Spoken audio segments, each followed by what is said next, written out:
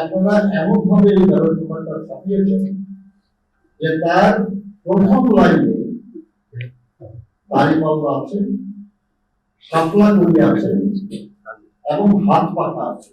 বিকাশ নম্বর যে দিয়েছে তার মাধ্যমে তারা তাদেরকে অর্থ দিয়ে রোলবদ্ধ করতে পারে, তাদের পক্ষের করতে হবে। এটা শুধু অনৈতিক না, বেআইনি এবং সুষ্ঠু নির্বাচন অনুষ্ঠানে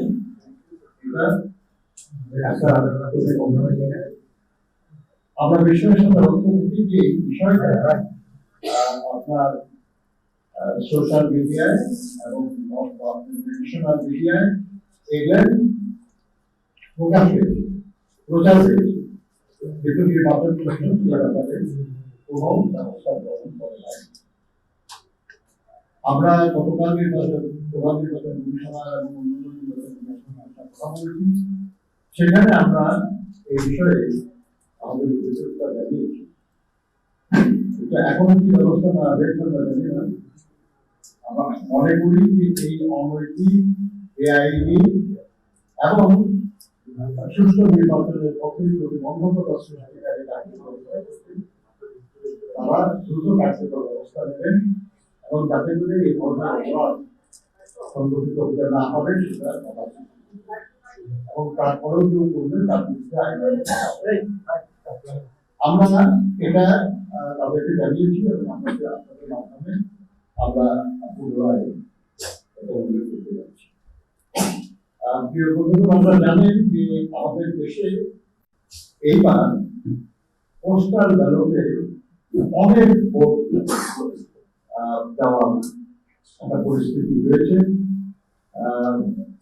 আমরা প্রবাসীদের ভোটের অধিকার নিশ্চিত করার লক্ষ্যে আমাদের দাবি ছিল, সবার আগে আমাদের দাবি ছিল এটা দিয়েছি যে আমরা প্রবাসীদের ভোটের অধিকার চাই। সেটা আমরা বলেছি সরকারের কাছে এবং শেষ পর্যন্ত নির্বাচন কমিশন এটা এগিয়ে করেছে।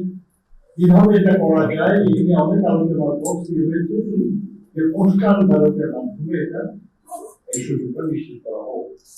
আপনারা জানেন যে আমাদের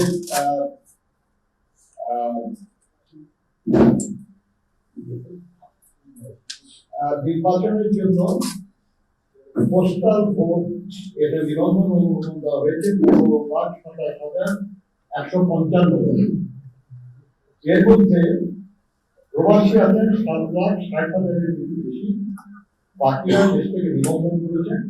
এদের মধ্যে 6 লাখ সরকারি চাকরিজীবী, প্রায় 1,60,000 নির্বাচনী কর্মকর্তা, 10,000 আনসার কমিটির সদস্য এবং 6,000-এর কিছু বেশি কারাবন্দী। সব মিলিয়ে এই পরিমাণটা যদিও 1%-এর মতো বা তার চেয়ে বেশি, কিন্তু আপনারা এটাও জানেন যে পোস্টাল ভোটের সংখ্যা 10,000 বা তার বেশি এরকম আসন আছে, 5,000, 7,000 ভোট আরো অনেক আসনে আছে।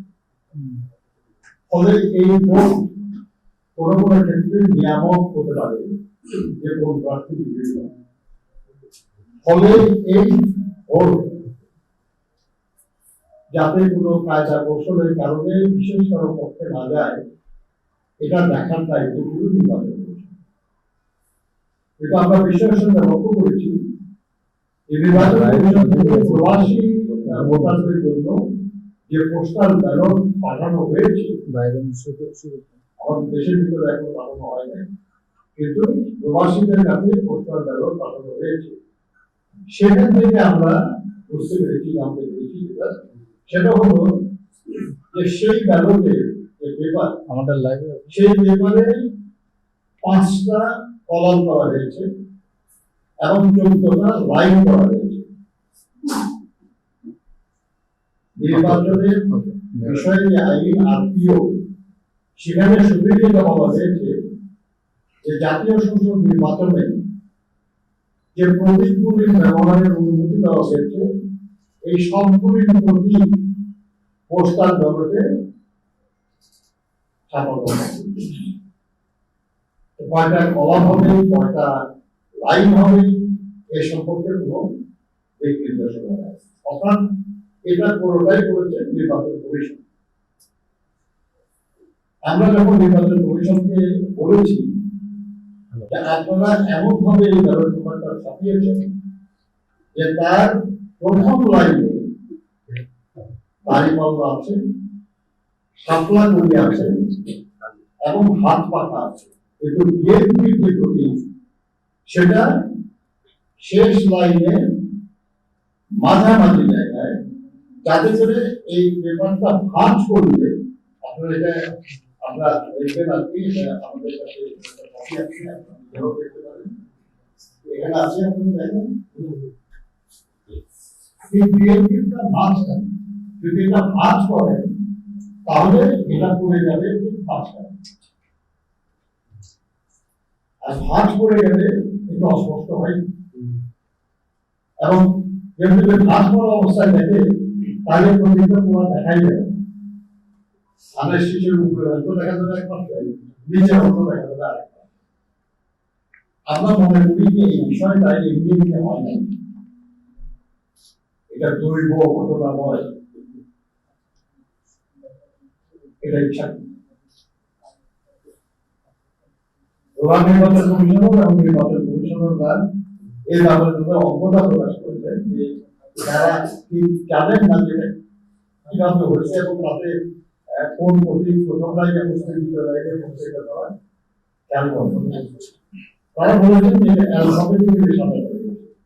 আমরা তাদেরকে বললাম যে অবশ্যই অ্যালফাবেটিক্যালি সাজানো হবে, কিন্তু এটা যদি 5টা কলাম না হয়ে যদি 4টা কলাম হতো কিংবা 6টা কলাম হতো, যদি এটা 14টা লাইন না হয়ে 13টা লাইন হতো, মাত্র 15টা লাইন হতো, তাহলে এখন যেভাবে আছে সেভাবে,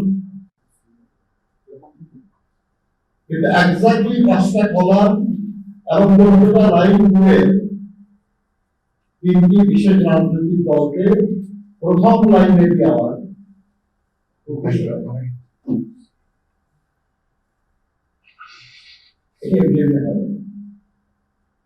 আমরা মনে করি যারাই এর পেছনে থাকুক, যারাই এই ঘটনার জন্য দায়ী থাকুক, আমরা তাদের বলেছি যে আপনারা তাদের ব্যাপারে খোঁজ খবর দেন যে কারাই কাজটা করেছে।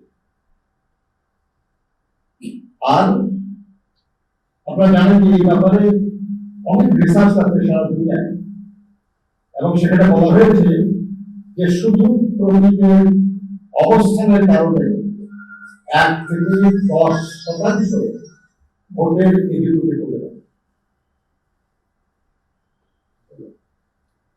আমরা তাদেরকে বলেছি যে আপনারা দেশের ভেতরে এখনো বিলীন হয়ে নেন এবং যথেষ্ট সময় আছে, এবং ভোটার মানে যে ব্যালট পেপার পুনরায় ছাপানো বহু দৃষ্টান্ত আছে আমাদের, কাজেই সেটা আপনাদের সংশোধন করা উচিত এবং দরকার হলে আপনার পুনরায় ছাপায় এটা দিয়ে দেবে, যে ব্যাপারে যথেষ্ট সময় আছে।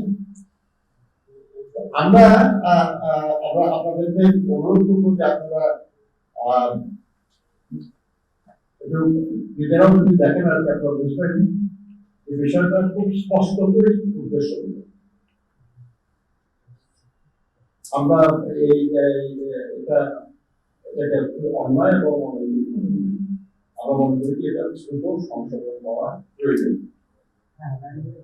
আমরা এটাও আলোচনা করেছি যে এই পোস্টাল ব্যালট নিয়ে আরো কিছু ঘটনা ঘটেছে। আপনারা কেউ খেয়াল করে থাকতে পারেন, বাহরাইনে একজন জামায়াত নেতার বাসায় 200-এরও বেশি ব্যালট পেপার দিয়ে কাজ করার ভিডিও, প্রায় 7 মিনিটের ভিডিও ভাইরাল হয়েছে। ব্যালট পেপার আপনার একটা আমানত, আমার ব্যালট পেপার আমি ছাড়া আর কেউ দেখার সুযোগ নাই। এটা শুধু উচিত না তা নয়, এটা বেআইনি। আপনারা জানেন যে ভোট কেন্দ্রে আপনার নিশ্চয়ই অনেকেই ভোট দিয়েছেন, বহু বছর অনেকে ভোট দিতে পারেন।